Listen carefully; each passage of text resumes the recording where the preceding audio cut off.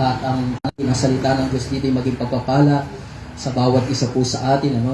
At sige po, buksan na po natin ang ating po mga Biblia in the book of Ecclesiastes, chapter number 2 and verse number 22. Ecclesiastes chapter number 2 and verse number 22.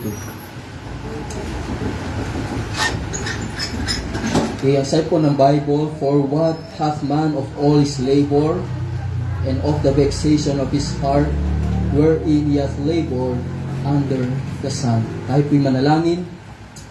Dakila at makapangyarihan Diyos, patuloy po ako po'y nagpapasalamat sa inyo pong biyaya sa buhay po namin, sa buhay ko, Lord, na pinagkaluban niyo po ako ng pagkakataon na tumayo dito po sa likod ng pulpito nito.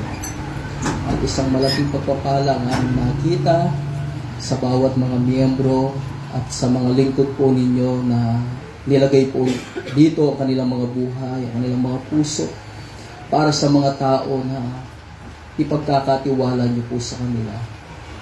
At naniniwala ako, Panginoon Diyos, na ang gawain po nito ay inyo pong pagpapalain because their foundation, ang pundasyon nila, wala pong iba, niyo pong mga banal na salita. Kaya dakilang Diyos, patuloy niyo pong i-provide ang pangailangang spiritual ng bawat isa po sa amin na naririto. Bagamat meron pong mga bisita, meron pong mga bagong Kristiyano, at meron pong mga matatagal na, nawa Panginoon Diyos, abutan niyo po kami lahat ng inyong pong mga banal na salita. Kung wala po kayo, wala po kaming magagawa. Patawarin niyo po kami sa aming pong pagkukulang at sa aming pong mga kasalanan. Pakalinisin niyo po ang bawat puso at isipan namin. Sanctify niyo po patuloy ang aming pong mga buhay, even ang aming pong kapaligiran, na magawa namin ma-focus ang mga sarili namin sa inyo pong mga banal na salita. Ang inyong pong pangungusap, siya lamang pong marinig po namin sa labas. Pero Panginoon Diyos, nawa ang mensahe maging pagpapala po sa bawat isa po sa amin. At ito pong lahat ay pinagkakatiwala. Dalangin po namin sa dakilat makapangyarihang pangalan ng aming Panginoong Yesus. Amen. At alam natin na yung writer ng Book of Ecclesiastes ay si Solomon.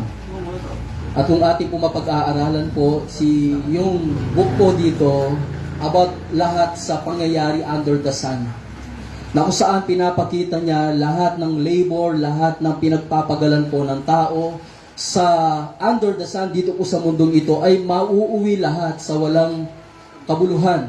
At ito yung naging buhay niya, personal experience ni King Solomon, na binabahagi niya po sa bawat mga tao na maaaring mabasa yung kanyang istorya. At dito po sa verse number 22, sabi niya, "For what hath man of all his labor, and of the vexation of his heart, wherein he hath labored under the sun." At yung ating pong title po, ito po yung "Striving Together for God's Glory." Ang ibig sabihin po ng striving, to devote serious effort or energy. To devote serious effort or energy. Kapag pinag-uusapan yung pag-i-strive, ito yung paano ka nagsusumikap sa isang bagay na kahit napakahirap po niya, pero meron kang gustong marating. Whether mananampalataya ka or hindi ka mananampalataya, meron pong pagsusumikap po dyan. Kasi lahat naman po under the sun, bakit sila po ay nakakarating sa kanilang pinapangarap, sapagkat sa kanilang mga buhay, mga kapatid, ay naranasan nila yung maraming mga bagay at yung pong nangangarap na maging po siyang magkaroon siya ng napakagandang profession sa kanyang buhay, maging teacher po siya, maging doctor po sila, at makikita natin meron pong pagsusumikap po dyan. At bakit tayo nag-aaral? Hindi yung kapag pumasok ka, nag-aaral ka, yung pag-aaral mo hindi mo siseryosohin, dapat mong seryosohin yung iyong pag-aaral. Why? Kasi meron kang gustong marating, meron pong purpose, bakit meron kang inuumpisahang bagay. At tayo po, mga mananampalatay, nung tayo po ay nakakilala po sa Panginoon, paano naman po tayo nag-i-strive? Paano naman po tayo nagsusumikap na gawin ang isang bagay for the glory of God? Na minsan po, maraming pagsusumikap na ginagawa natin para po sa labas. But later on, lahat na pinapangarap ng tao, kapag ito po ay narating, kagaya po ng kinuquote po natin ni King Solomon, ito po ay mauuwi lang sa vexation of the spirit, na kung ikaw ay magiging mayaman man sa mundong ito, narating mo ang iyong pangarap. At darating ang araw po, mga kapatid, hindi yan yung magiging dahilan upang maluwalhati ang Diyos sa iyong buhay. Hindi kanya sasabihan, well done thou good and faithful servant, sapagkat ikaw ay naging mayaman. Well done thou good and faithful servant, sapagkat ikaw ay naging sikat sa mundong ito. Nakuha mo lahat.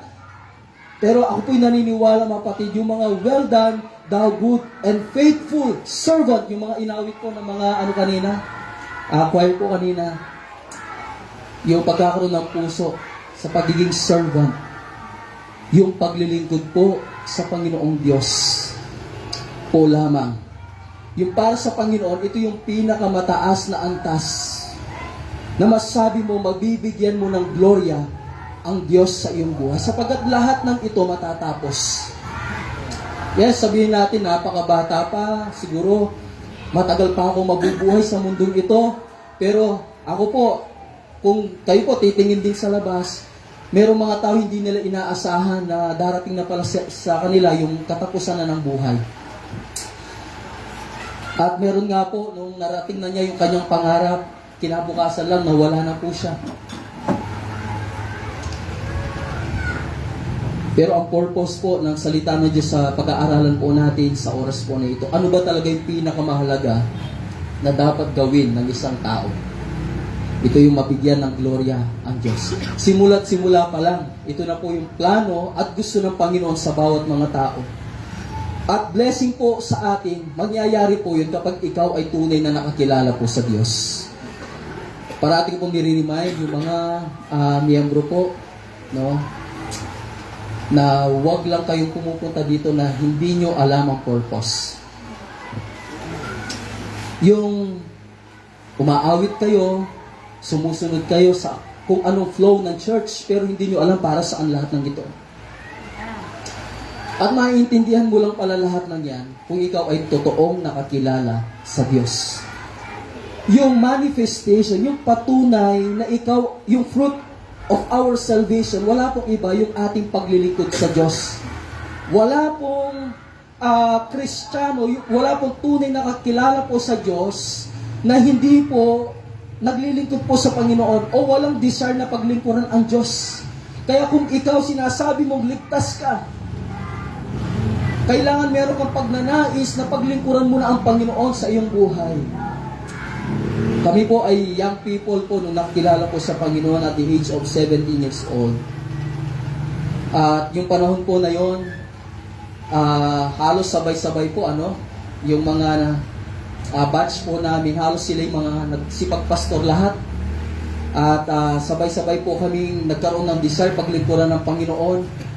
At ilang weeks pa lang po, gusto namin na i-commit ang aming sarili na every Sunday, Panginoon Diyos, hindi ko po sa biyaya po niyo, ayaw ko pong umabsent mula sa araw na ito, Panginoon Diyos, hanggat ako po ay nabubuhay. Hanggat kaya ko pong umattend ng church. That is my first commitment sa Panginoon. February 16, 2009, nung ako pinakilala po sa Diyos. At nagkaroon po ng preaching at talagang tumagos sa puso ko about po sa faithfulness ng Diyos. Bagamat bago pala pong Kristiyano, pwedeng hindi mo basta maintindihan yun eh. At tayo po, wala pong excuse sa mga tunay na nakakilala sa Diyos para hindi mo maintindihan yung panawagan ng Diyos sa kanya pong mga salita. Kasi po, the moment you accept Christ, bubuksan ng Diyos ang iyong kaunawaan pagdating sa kanya pong mga salita.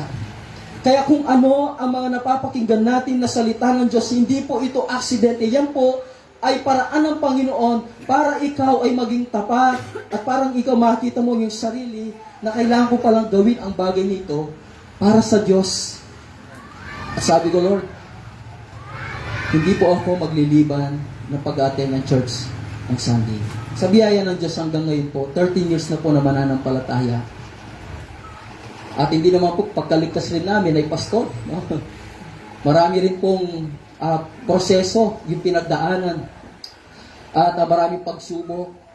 Pero sa biyaya po ng Panginoon, nakakapagpatuloy po tayo. Kayo po 2 years at marami pa pong pwedeng pagdaanan. No?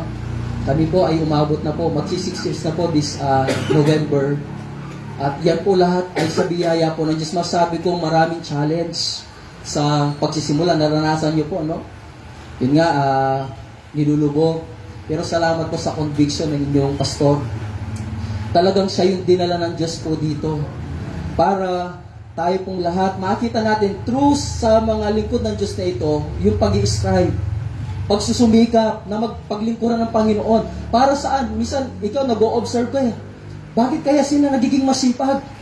Bakit kaya nila ginagawa ang mga bagay nito? Maraming mga tao hindi nila naiintindihan ang ginagawa po natin. Bakit tayo nag-aakay ng kaluluwa? Every Sunday, nakikita nila tayo dito. Meron din tayong prayer meeting. At meron tayo na hindi naman tayo binabayaran. Amen? Pero naglilingkod ka sa Panginoon, nagpapatuloy ka. Kasi meron kang bagay na gusto mong marating sa iyong buhay. Simula nung ikaw ay nakakilala na sa Panginoon. Kasi magbabago na ang iyong pananaw. Meron na pong dapat, ang iyong maging kaisipan na dapat kong pinaglilingkuran ang Diyos. Nung dumating ang ating mong Panginoon, sa buhay po natin, actually hindi niya po tayo aalisan ng kasiyahan o kagalakan. Kundi, mga kapatid, i-fulfill nito yung tunay na kagalakan po natin. Maraming mga tao, ayaw nilang paglingkuran ang Diyos sa pag-aakala na kapag sumunod ako sa Panginoon, mawawalan ako ng pleasure. Salamat po sa tatay natin kanina na nag-share ng kanyang testimony. Di ba yung pleasure natin before ay iba? Kasalanan. Kami po ay nakakilala sa Panginoon. Dami namin ginagawang kasalanan. Si Pastor Gilbert, mo po, nasasama ko po yung kapatid ko noon. Pero hindi ko na siya sinasama. Meron din po pala siyang ibang ginagawa rin na kasalanan. Ibang kalokohan yung ginagawa po namin. Meron, isa ko lang po yung konting testimony. Baka after ako sinarito, ayaw niya na po akong pakinggan. Ay, ganito pala yung nag-share sa amin. Pero, kami po ay kapag lumabas po kami, meron kami pinaplano na gawin. Ito yung kumuha ng mga bunga ng mga halaman na hindi sa amin. Kumuha ng buko.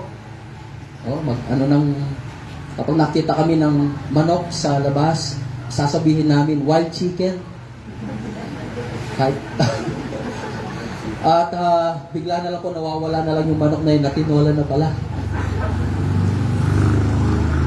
At ginagawa namin lahat ng mga bagay na nagpapasaya po sa amin. We enjoy these things. We enjoy sin before. Ang gusto natin gawin para sa ating mga sarili, mag-enjoy po tayo. Pero salamat po sa Diyos. Nung tayo po ay nakikilala po sa Kanya, iba na yung mga bagay na inilalagay niya sa iyong puso't isipan na dapat mong i-enjoy. Na yung before na nag-e-enjoy ka, ito yung mga nakakalungkot na kung iisipin mo lang, hindi naman talaga dapat yung maging buhay ko ganito. Yung buhay ko dapat magbigay ng gloria sa Diyos, pero salamat po, kinahabagan ako ng Diyos. Salamat po, kinahabagan tayo po ng Diyos to give glory to Him. Narito po tayo. Para magbigay ng kalwalatian po sa Panginoon. That's why we enjoy. Umaawit na po para po sa Panginoon. Yung pupunta ka ng church, kahit baha, pupunta ka pa rin. Kahit pinagbabawalan ka, pumupunta ka pa rin. Before, ayaw mo yan eh. Diba? Sino rito yung gusto na pumunta ng church? Dati po. Kung hindi pa po niya kilala ang Panginoon. Ako nga po, once a year lang ako pumupunta ng simbahan kapag birthday ko lang. Ay, dalawa pala, kapag Pasko. Twice a year, pumunta ng simbahan. Pero salamat po sa Panginoon nung nakilala mo talaga ang Diyos. Kahit mahirap. Pero tayo po nagsisimula. Pero makikita mo dito yung mga mananampalataya na sila po'y nag-i-strive. Mas maganda po na meron na tayong pinagdadaanan sa simula kasi diyan po napapatunayan ang totoong pagmamahal natin sa Panginoon. Diyan mo makikita ang mga mananampalataya na yung kanilang paglilingkod talaga sa Diyos ay tunay, walang ibang dahilan. Pero nagpapatuloy pa rin. At ito po yung napakalaking blessing sa bawat isa po, mga kapatid. At buksan po natin dito po sa Philippians chapter number 3.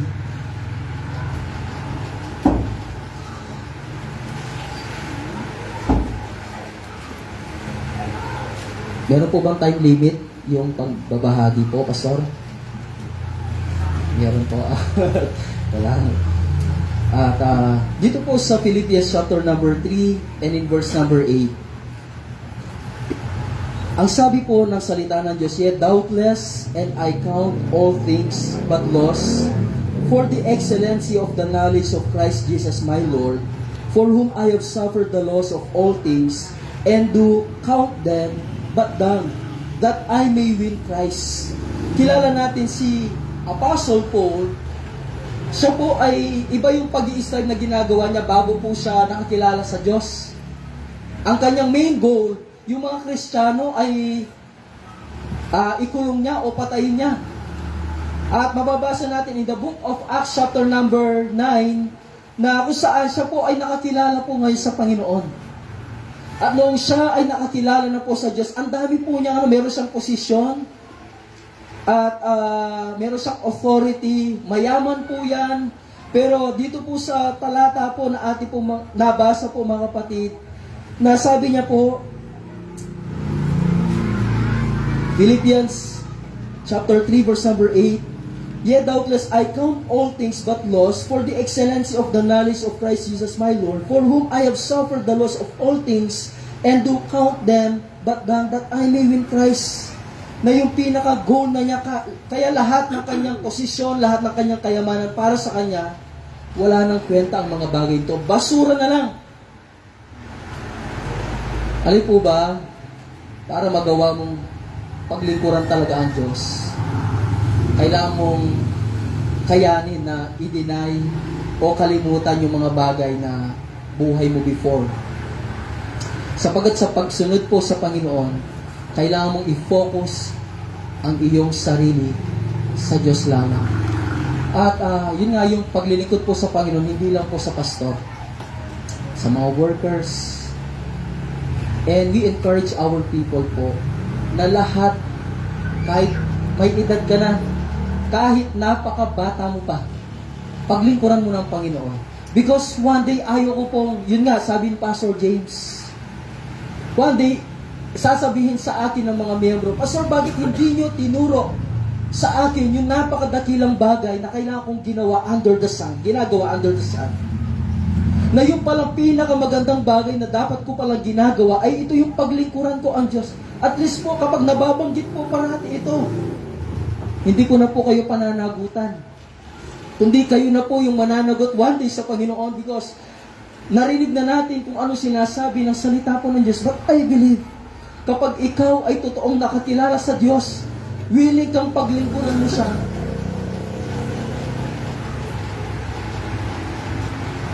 sa mga bagay na kung saan masabi mong magagamit ka dito ng Panginoon. Pwede kang magamit ng Diyos sa maraming paraan. Hindi lang po yung umupo tayo dito, tatayo. Pwede pong sa pag-i-special number, pag itong blessing.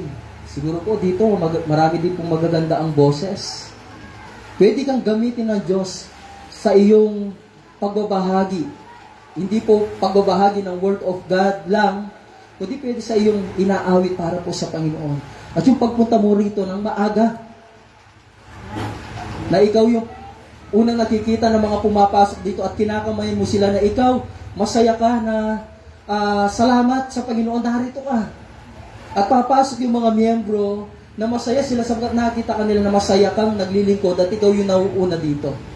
At marahil meron na pong ganun dito, na blessing na gusto mong magamit, misa sa napakaliit lang po na kaparaanan. Yung pag-aayos ng mga upuan, we can give glory to God. Meron nga pong sa Manila po, meron daw po silang member, na yung member po nila is general. General po siya, Ewan po, 5-star general or 4. At kapag pumunta daw po siya sa church, ang kanyang pinaka-ministry, mag-ayos po ng bangko ng church. Ito yung pinaka-ministry niya. Bagamat sa labas, talagang yung mga tao, talagang ano po sila. Pero kapag sa loob ng simbahan, he is willing to serve. Ipakita niya na pinakamahalaga yung paglilingkod sa Panginoon. Hindi dahil sa posisyon ko, hindi ko nagagawin ang mga bagay ni ito. Minsan nahihirapan maglingkod ng tao dahil sa kanyang posisyon. Nahihirapan kasi mayaman ako, bakit ko gagawin yung bagay na yan? It's an honor for us to serve the King of Kings and Lord of Lords. Nakakilala po tayo sa Panginoon na kahit anuman po yung ating posisyon po sa buhay. Kahit teacher ka dyan, kapag narito ka sa church, paglingkuran mo ang Panginoon. Kahit engineer ka, kahit presidente ka pa ng Pilipinas, meron ba wala po dito yung presidente. Kahit mayor ka pa dito, kapag narito po tayo, nakakilala tayo sa Diyos, naintindihan mo, pinaglilingkuran ko ang Panginoon ko. Hindi tayo naglilingkod sa pastor, amen? Even the pastor, naglilingkod din siya sa Diyos. At ini-encourage niya tayo na paglingkuran po natin siya. At karangalan po sa atin na gawin ang mga bagay po na ito para po sa Panginoon natin. I can do all things through Christ, which strengtheneth me. Hindi pahirap para sa atin yung paglilingkod, kundi kagalakan, at ang Diyos din yung nagbibigay sa atin ng enough strength para magawa natin yung paglingkuran ng ating pong Panginoon. Nung nag-start po kami sa gawain, siyempre, kayo lang po ng wife mo, at hindi ko pa po maasahan yung anak ko. No? Una pa lang po, si Marcosette. At 2 years old pa lang po siya noon. Pumunta kami sa Lubao, na kung saan ay walang anumang support. Or meron po kami support, 2,500 from our mother church. Sakto pong pambayad ng aming inuupahang bahay. At maliban po doon, wala na po pumapasok na income pa po sa amin. Yung anak namin ay G6PD po siya. Alam niyo po yung G6PD? Sa dugo na po. Marami pong bawal na pagkain sa kanya at dapat yung gatas po niya, yung hindi po siya cow's milk, kundi goat's milk, mahal po yun. No? At hindi namin afford na mabili po talaga yung para sa kanya. Malakas pa po siyang dumede, ano? At kulang po yung sa kanyang nanay. At kulang pa po sa binibili pa po namin sa... At sabi namin, paano yun? At may time po mga kapatid, nung naroon po kami, as in wala po talaga, hindi po kami makauwi. Meron naman po kami service po noon, malayo po yung Lubao sa ano po namin. Wala po kaming panggas. At wala rin po kami panggastos. Wala po lahat. At nakita ko po yung anak ko, umiiyak na lang. Gutom. Lagi siyang gutumin po siya. Humihingi siya ng gatas. Wala kang maibigay. Pero na pong ginawa po namin, umiyak kami sa Panginoon. Umiyak siya Napaiyak kami hindi sa Kanya, kundi sa Panginoon kami umiyak. Lord, dinala niyo po kami dito. Alam ko po, meron kayong plano para sa mga kaluluwang ito. At lahat, nagkalakip lahat po doon. That time po, wala kaming choice kundi manatili doon, sapagkat hindi po kami makauwi. Imagine, makita mo yung anak mo, wala siyang gutom na gutom. At kayo rin, kami po lahat. At meron kaming natitirang kanin po, na nakasaing na, at kinabukasan po may natira. Panis na. Ang ginawa po namin ay niluto namin yon. At pinag-pray ko, Lord, kayo na pong bahala habang niluluto ko, maging malinis siya. O hindi kami mapano kung kakainin man natin. Parang sabi namin, Lord, last meal na lang ito. Then, pwede na kami mamatay. Last meal na lang. Niluto po namin. Nilagyan ng konting asin. Yung anak namin, kumain. At least, tumigil na siya sa pag-iyak. Yun yung time na kumakain na po siya ng kanin. At salamat niyo po yung pinakain namin sa kanya at kami rin po. And after that, nag-pray kami at yun po yung inang po namin. Pagkatapos po ng mga kapatid, meron na lang pong mga tumatawag, Pastor, pwede ba namin kayo suportahan? At meron pong pumunta na miyembro from our mother church, kumatok, Pastor, ito po yung, hinanap ko po yung ano ninyo, saan yung mission ninyo, at salamat sa Panginoon, nakita ko, at pwede po bang iabot ko ito, yung blessing na ito, panggastos ninyo. Hindi alam ng tao na yon, at hindi alam ng mga tumatawag na ito, na sakto, kailangan namin ang mga bagay na ito, pero alam ng Diyos. Kapag ikaw ay nagpapatuloy sa Panginoon, naglilingkod ka sa Kanya, alam ng Diyos ang iyong kalalagayan. Alam niyo po, hindi namin kinaawa ng namin sarili, kundi na-appreciate namin gaano naging tapat ang Diyos. From that time, yung provision ng Diyos, mamamangha ka na lang. Alam po, mayroong mga young people na nag-stay po doon. Start ng pandemic. Yun po yung time na halos talagang yung mga tao hindi po makalabas, pero nagpatuloy po sa biyaya po ng Diyos. Ilang barangay po yung ani pong mga nilalagpasan para lang po sila makarating sa mission house, at doon po sila nag-i-stay. At dumating yung time po sa loob ng tahanan po namin, 16 to 18 mga katao po yung mga nag-i-stay doon. Paano namin pakakainin po yun? Almusal, lunch, dinner. At meron pa po kami 3 anak na. Pero salamat po sa biyaya ng Diyos. Napatunayan po. Meron mga nagsipagsuko ng buhay sa Panginoon. Nagkaroon ng desire na imbis na ma-discourage, paglilingkuran namin din ang Panginoon.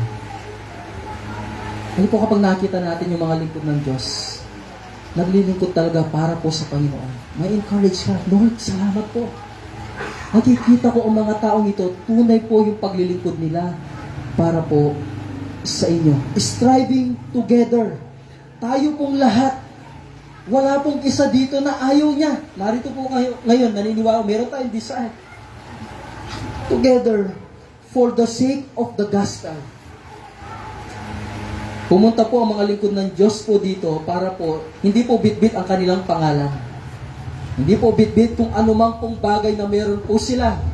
Ang purpose po nila for the sake of the gospel. Because of the gospel po, makakakilala ka sa Diyos.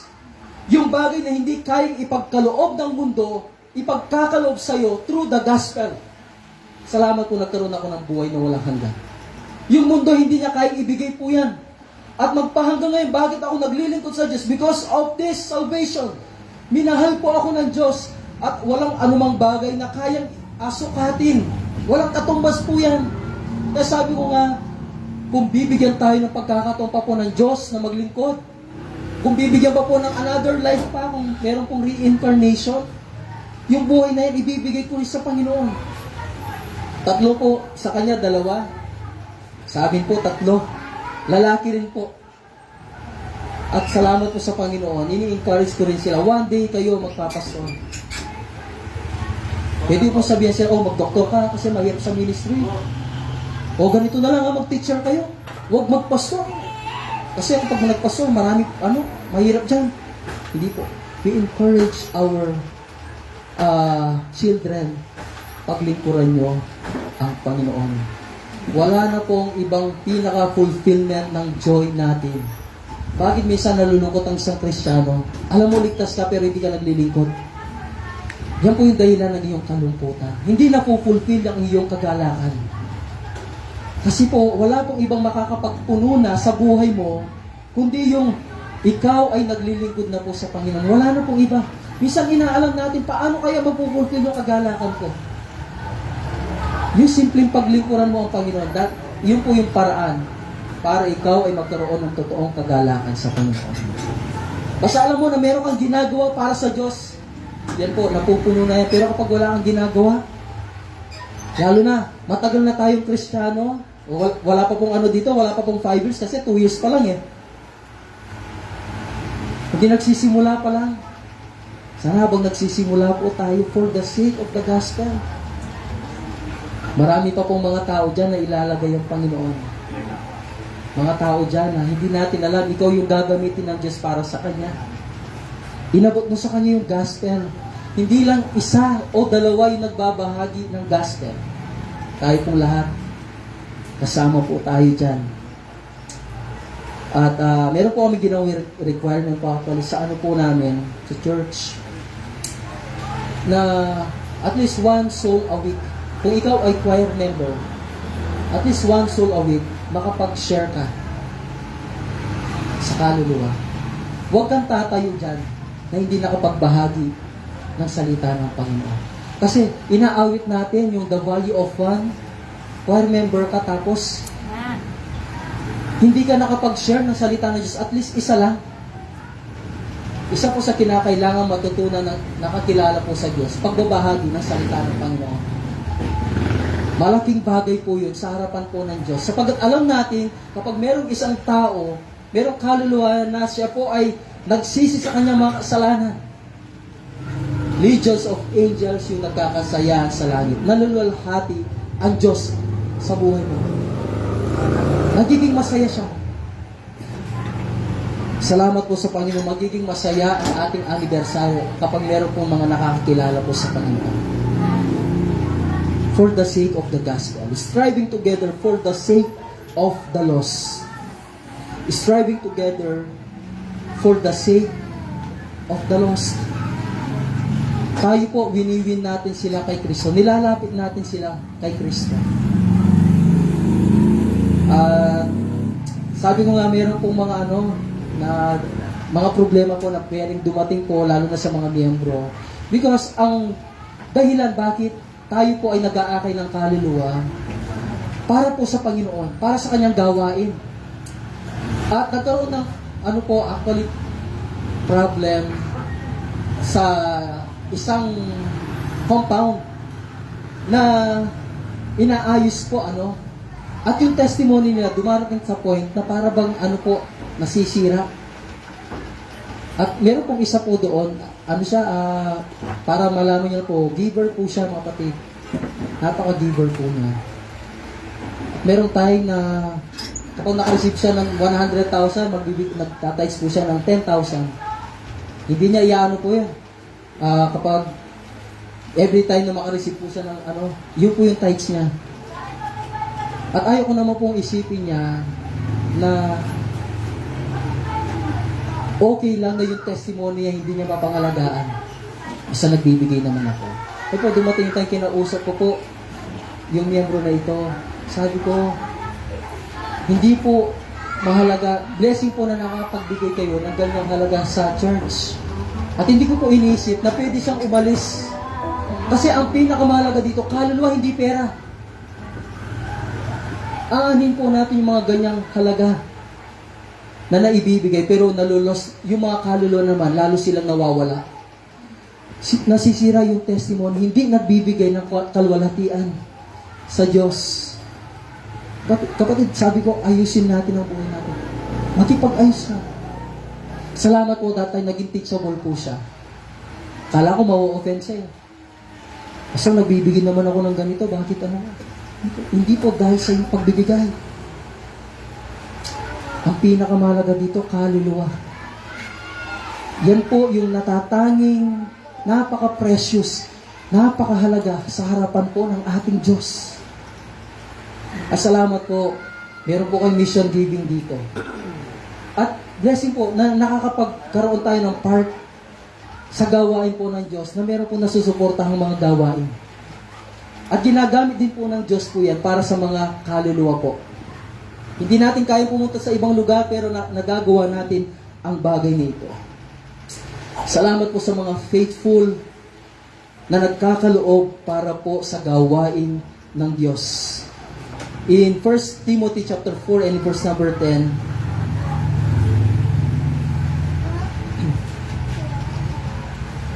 First Timothy chapter 4 and in verse number 10, For therefore we both labor and suffer reproach because we trust in the living God, who is the Savior of all men, especially of those that believe.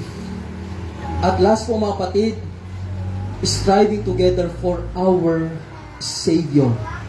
Sabi ng Bible, what shall I render unto the Lord for all His benefits toward me? Bakit kailangan natin magpatuloy At hindi lang po basta magpatuloy. Marami man pong mga challenges, struggles, maaaring dumating po na problema.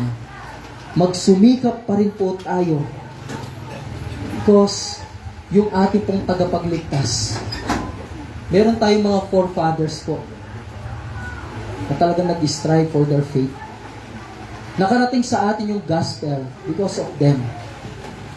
Nagsumikap po sila. Tinorture sila, pinatay po sila, pero ipinagpatuloy pa rin po nila. Walang naging dahilan para huminto yung gospel. Walang naging dahilan para sila po tumigil magbahagi ng salita po ng Diyos. Pero alam niyo po, kapag hindi tayo titingin sa ating pong Savior po, mga kapatid, na-focus tayo sa ating pong mga sarili, sa ating pong mga problema na lang, maaari tayong mawalan yung purpose po natin na dapat pinaglilingkuran natin ang Diyos. Hindi na natin magagawa po ito kasi hindi na natin nakita na yung Savior natin, yung tagapagligtas po natin. Salamat po sa Panginoon. Tinuro niya sa atin yung tamang doktrina ng kaligtasan. Kaya po, merong mga naglilingkod para daw sila maligtas. Pero salamat tayo, maglilingkod tayo dahil tayo po ay ligtas na. At kailangan natin ipagpatuloy for our Savior.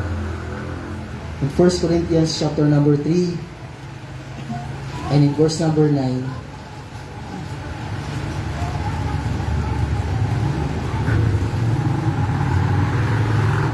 for we are laborers together with God. Ye are God's husbandry. Ye are God's building. Sino yung tinutukoy ng Panginoon dito? Ng ating pong tagapagligtas dito? Tayo pong mga mananampalataya. Nawahayaan lang natin na patuloy pong magtrabaho ang Diyos sa ating pong mga buhay. Kaya po tayo ngayon ay narito for our Savior. At kung iisipin lang natin, yung iligtas pa lang tayo sa tiyak na kapahamakan sa impyerno. Salamat po Panginoon, hindi ito yung binigay niyo sa akin. Bagamat ito yung deserve ko. Pero yung hindi ko deserve, yung ibinigay ninyo, buhay na walang hanggan sa langit. Hindi niyo po deserve mapako sa krus ng Kalbaryo. Ako'y dapat doon kasi kasalanan ko to Panginoon eh. Pero ikaw yung nagsakripisyo. Naging willing ka. Kinuha mo yung cup of suffering. Yung galit ng Diyos na dapat ibuhos niya sa atin. Every time na iniisip natin ito, mga kapatid, iniisip ko ito. Actually, yung what shall I render unto the Lord for all His benefits toward me. Ito yung nagtulak sa akin para ibigay ko yung buhay ko para sa Panginoon. Kasi inisip ko lahat ng ginawa ng Diyos para mapaglingkuran ko siya.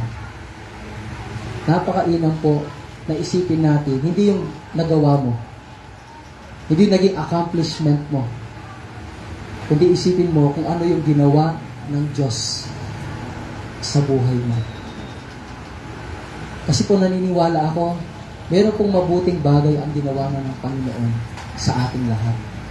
At kung sisimulan mong bilangin po yan mga kapatid, baka hindi mo makukumpleto yung araw sa iyong pagbilang gaano karami yung kabutihan ng Diyos na ginawa na niya sa buhay mo. At doon magkakaroon ka ng turning point sa iyong buhay. Panginoon, paglilingkuran kita sa buhay ko. Bakit merong mga naglilingkod at bakit merong hindi naglilingkod?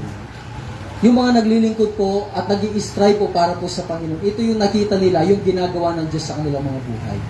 Pero yung mga ayaw maglingkod sa Panginoon, ito yung hindi ganoon na-appreciate kung ano ang ginawa ng Diyos sa kanilang mga buhay. Kung gusto mong paglingkuran ang Diyos, isipin mo lang yung ginagawa ng Panginoon, yung ibinibigay ng Panginoon everyday sa iyo. Meron ka ng mga bagay na ito. At higit po sa lahat, meron kang buhay na walang hanggan doon po sa langit. Meron kang kaligtasan. O paglilingkuran kita sa aking buhay. At walang pwedeng makakapagpigil sa atin. Hindi ko po alam kung hanggang kailan na lang po yung buhay natin. Yung buhay ko, hindi ko po alam. At kayo rin po, meron daw pong edad 82, 72. Sa church po ay meron pong 81 years old. Yung 82 po, kinuha na ng Panginoon. Salamat po yung nanay na ito. Nagkaroon siya ng pagkakataon na paglingkuran niya ang Diyos sa kanyang buhay. One time, meron po akong binabible study. At ang dami niyang sakit na po. At binubuhat ko po siya, pinapaupo kapag binabible study ko siya. Kasi walang, parang kapag pupunta lang po sila, kapag pinapakain lang po. At kapag pupunta ko naman po siya, ako yung magbubuhat, tapos iupo ko siya, then iba-Bible study. At sabi niya, kung meron lang ako, o kung bibigyan lang ako ng pagkakataon ng Diyos na paglingkuran ko siya, bibigyan niya ako muli ng lakas, ibibigay ko ang buong buhay ko sa Panginoon. Pero wala na siyang pagkakataon pa. Kinuha na po yun ng Panginoon. Kasi, nung sanang malakas pa yung naisip na niya. Nung sanang, meron pa po siyang pagkakataon. Tayo po, meron pa po tayong pagkakataon. Kasi darating din sa time, akala ko makabuluhan lahat ng bagay na ginagawa kong ito, tinatangkilik ito. Kagaya ng naisip ni Solomon, lahat pala ng ito is vexation of the spirit. Yung pinakamahalaga pala is to give glory to Him. One day, kapag haharap tayo sa Diyos, hindi titignan ng Panginoon kung ano yung accomplishment mo sa mundong ito. Hindi yung mga rewards mo, yung trophy, yung mga medalya, yung pera, lahat kasi yan, iiwan natin. Anong bit-bit natin doon? Yung paglilingkod natin na ginawa natin dito sa mundong ito. Salamat habang meron pa tayong pagkakataon. Lord, I want to give glory to You. Hindi ko man deserve ang bagay na ito. Ang daming, mas perfect dyan kaysa sa atin. Sabi ko nga, ang daming mga taong mababait talaga. Pero sabi ko, kung sino pa yung mga masasama, bakit sila pa po hindi dinala niyo po sa church? Hindi ko po sinasabing masasama po kayo. Kundi bakit, ako po kasi masama po ako eh. Dinala ako ng Diyos sa church. Ang dami mga mas mababait sa akin dyan, pero bakit ako pa po? Ako po yung binigyan pa ng pagkakataon ng Diyos na paglingkuran ko siya. Pero sa biyaya po ng Panginoon, hindi na tayo masama. Salamat, ginagamit po tayo ng Diyos para sa mga taong ito. Habang meron pa pong lakas, habang may buhay pa, pinakamasarap po na nagbibigay tayo ng gloria sa Panginoon. Kasi bandang huli rin po, yan din po yung sasabihin natin. Pwedeng sayang, Lord, hindi ko nagawa. At pwede rin naman, Lord, salamat nagawa. At tawagin ko po ang likod po ng Panginoon.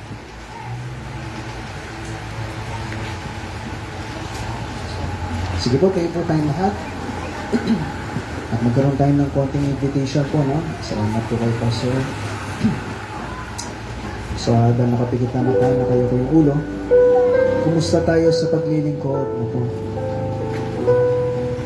Minsan kami, Pastor, parang napag-iisipan na naihibang kami, no? Naloloko, kalokohan yung ginagawa. Pero mo, isa sa testimony is, magugutom ka, magugutom yung pamilya mo. Anong kalokohan yung pinasukan mo para magbahagi ng Bible?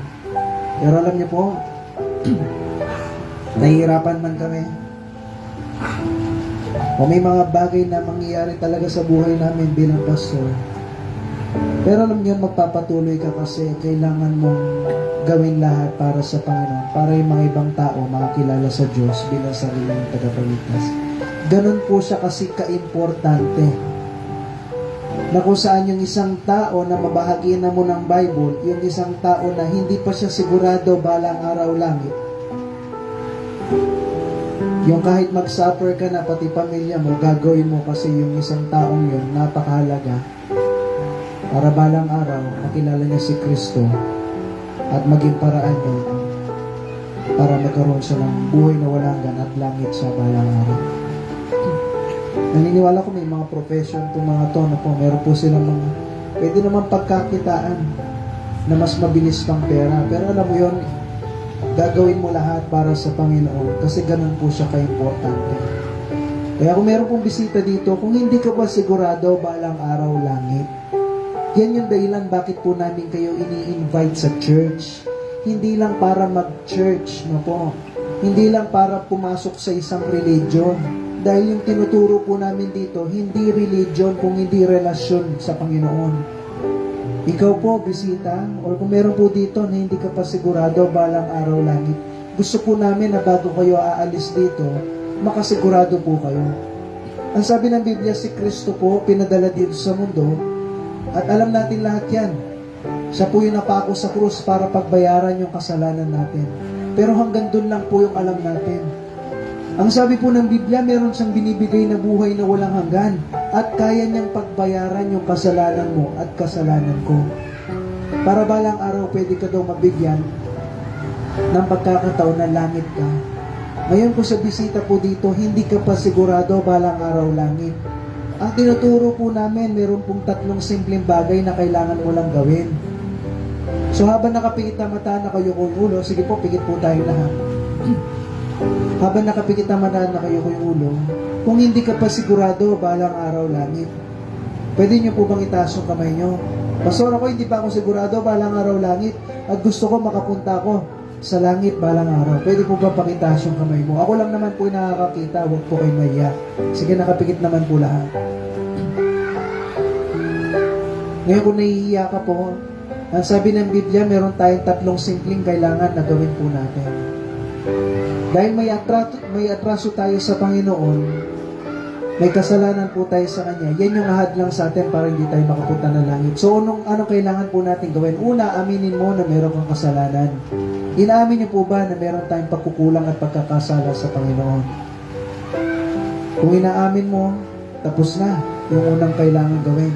Pangalawa, sabi ng Biblia, pagsisihan mo ang mga kasalanan mo. Hingi tayo ng tulong sa Panginoon na, Lord, patawarin niyo po ako sa mga kasalanan ko. Linisin niyo po ako sa mga kasalanan na ito. At pag ganun yung ginawa natin yung Panginoon, napakabait niya na kaya kanyang patawarin sa lahat ng kasalanan mo. At yung uli, kailangan mo sabihin kay Kristo, Lord, dalhin niyo ako sa langit balang araw. Marami po tayong hiling sa Diyos, pero yung pinaka-importante, dapat hingi tayo ng tulong sa Diyos na dalhin niya tayo sa langit balang araw. Pagtiwalaan natin siya na mayroong pananampalataya. Yun yung tinatawag na pagtanggap kay Kristo bilang tagapagligtas. Ngayon kung hindi ka pa sigurado balang araw langit, mananalangin po ako ng salita. At sumabay ka sa panalangin na ito, pero dapat nagtitiwala ka sa Panginoon. Na habang pinapanalangin mo yan, dapat taos puso, dahil yung Panginoon, pag sinabi mo at nanalangin ka sa Kanya, papakinggan niya. Sige po, manalangin po tayo. Kung hindi ka pa sigurado, pwede ba na sumabay ka dito? Pero dapat nagtitiwala ka sa Panginoon na pinapakinggan ka niya dahil pinapakinggan ka po niya. Sige po, manalangin po tayo. Panginoon, inaamin ko po na ako ay may kasalanan sa inyo. Panginoon, patawad po sa lahat ng mga nagawang kasalanan ko sa inyo. Linisin niyo po ko sa lahat ng ito. At Lord Jesus, dalhin niyo po ko sa langit balang araw. Tinatanggap kita bilang sarili kong Diyos at tagapagligtas. Sa pangalan ni Jesus. Amen. So, salamat po sa inyo lahat. No po, salamat po sa preaching po na yan. Amen. Nakaka-encourage ko, Pastor, na patuloy tayo na maglingkod sa Panginoon. No po, pasensya na po. Ubuman yata ngayon. Ang dami nang inuubo sa atin na po. Ubuman po yata ngayon. Kaya, okay, so pasensya na, medyo nawawalan na rin ang boses.